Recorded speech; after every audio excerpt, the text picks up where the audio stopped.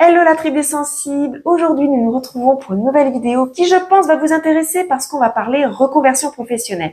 Plusieurs d'entre vous vous sentez pas très bien dans votre travail et vous songez à vous reconvertir, mais vous savez pas trop comment faire ou dans quoi. Alors dans cette vidéo, on va parler reconversion professionnelle pour les personnes hautement sensibles. Bienvenue sur la chaîne de la tribu des sensibles, je me prénomme Christine, je suis coach de vie, je suis coach professionnel et je suis mentor pour les personnes hautement sensibles.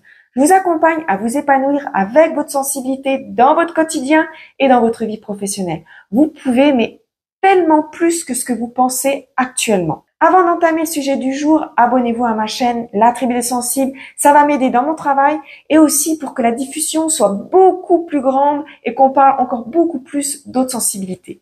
Alors commençons d'abord par explorer les pourquoi les personnes hautement sensibles envisagent justement cette reconversion professionnelle. Déjà, du fait de notre sensibilité émotionnelle et de notre sensibilité sensorielle, on est plus vulnérable au stress et aussi à cette pression environnementale.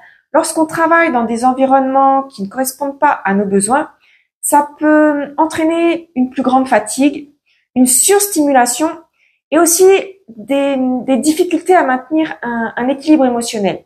On a aussi cette recherche de sens, cette recherche d'authenticité. Les personnes hautement sensibles sont profondément en quête de sens dans leur vie quotidienne, mais aussi dans leur vie professionnelle. On aspire à travailler dans des domaines qui vont correspondre à nos valeurs personnelles et qui vont nous permettre d'utiliser pleinement nos compétences et notre sensibilité. Lorsqu'on se retrouve dans des emplois qui répondent pas, à nos critères, on peut se sentir déconnecté, insatisfait et perdu avec notre véritable vocation. L'environnement aussi de travail inadapté. On est souvent confronté à ces défis avec un environnement de travail qui est pas du tout compatible avec notre sensibilité. Les environnements traditionnels de travail sont souvent trop bruyants, trop compétitifs, plus axés sur le résultat que sur la véritable relation authentique ou la relation de confiance. Et ça peut être difficile pour nous de tolérer ça sur du long terme. Trouver un équilibre avec un environnement calme, stimulant pour nous, respectueux de nos besoins, c'est vrai que ça peut s'avérer un défi, mais ça peut être résolu. Donc là, on vient de voir les pourquoi on a envie de se reconvertir, mais cette envie peut être freinée parce que il y a la peur de l'échec, et ça peut créer aussi de l'incertitude. En raison de notre tendance à réfléchir vraiment profondément et aussi à ressentir intensément, l'anxiété, elle peut se faire sentir plus vite que les autres et assez fortement. Et ça peut créer de l'incertitude et on va plutôt s'arrêter sur les possibilités d'échec de cette reconversion professionnelle et donc on va rien faire. Cette peur de prendre des risques, de sortir de notre zone de confort, ça peut parfois nous paralyser et empêcher en fait de poursuivre des rêves professionnels. Un autre frein que j'ai abordé juste avant dans les pourquoi, c'est l'environnement. L'environnement actuel ne nous correspond pas. Alors, on peut se dire, mais est-ce que je vais vraiment trouver un environnement qui va correspondre à mes besoins, à ma sensibilité? Et peut se dire, en fait, négativement, on va penser négativement, mais et si je retrouvais pire?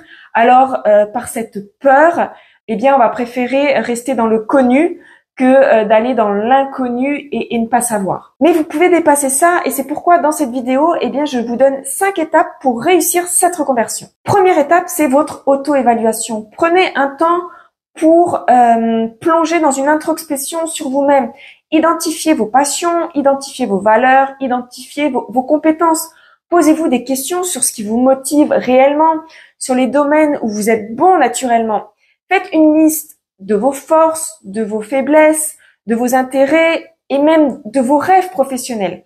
Réfléchissez aux expériences passées qui ont été assez significatives pour vous sur le plan professionnel et explorez vos réelles motivations pour entamer une reconversion professionnelle. Est-ce le désir de trouver plus de sens dans votre travail, d'exprimer beaucoup plus de créativité ou même de contribuer de façon significative au monde, à la terre, à la société. Deuxième étape, c'est l'exploration des options.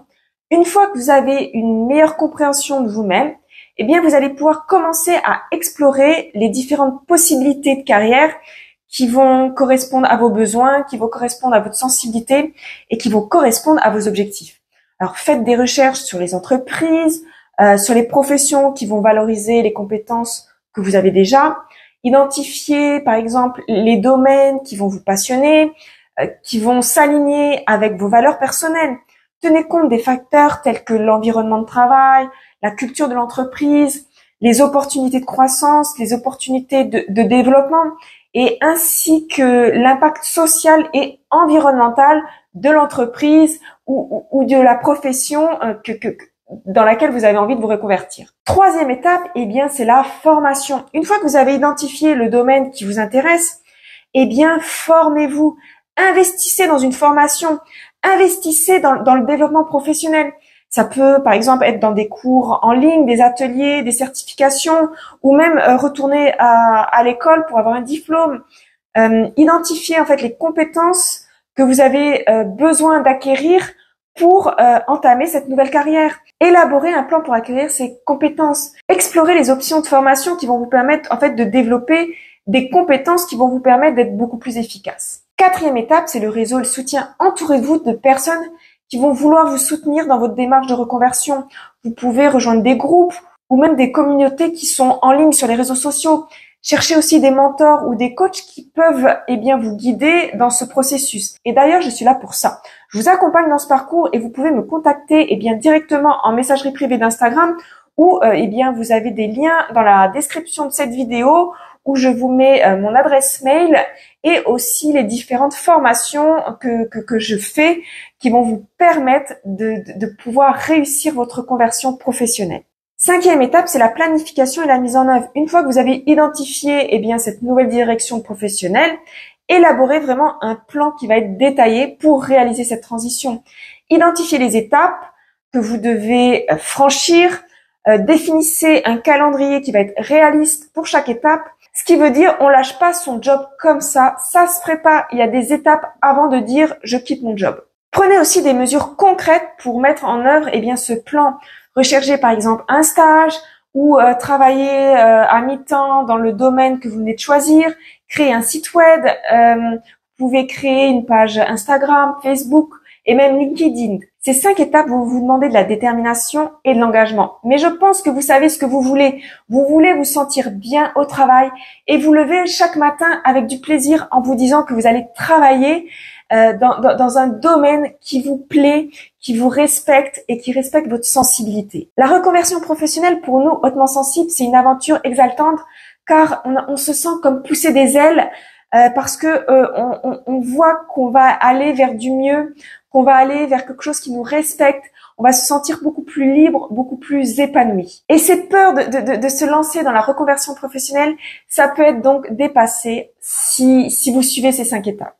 Écoutez-vous, écoutez votre intuition. Vous pouvez vraiment trouver un travail qui va vous permettre de vous épanouir pleinement tout en respectant votre sensibilité, en vous respectant. Alors merci d'avoir écouté cette vidéo. Dites-moi en commentaire si vous connaissiez déjà ces 5 étapes et est-ce que ça vous a aidé à voir plus clair dans la reconversion professionnelle.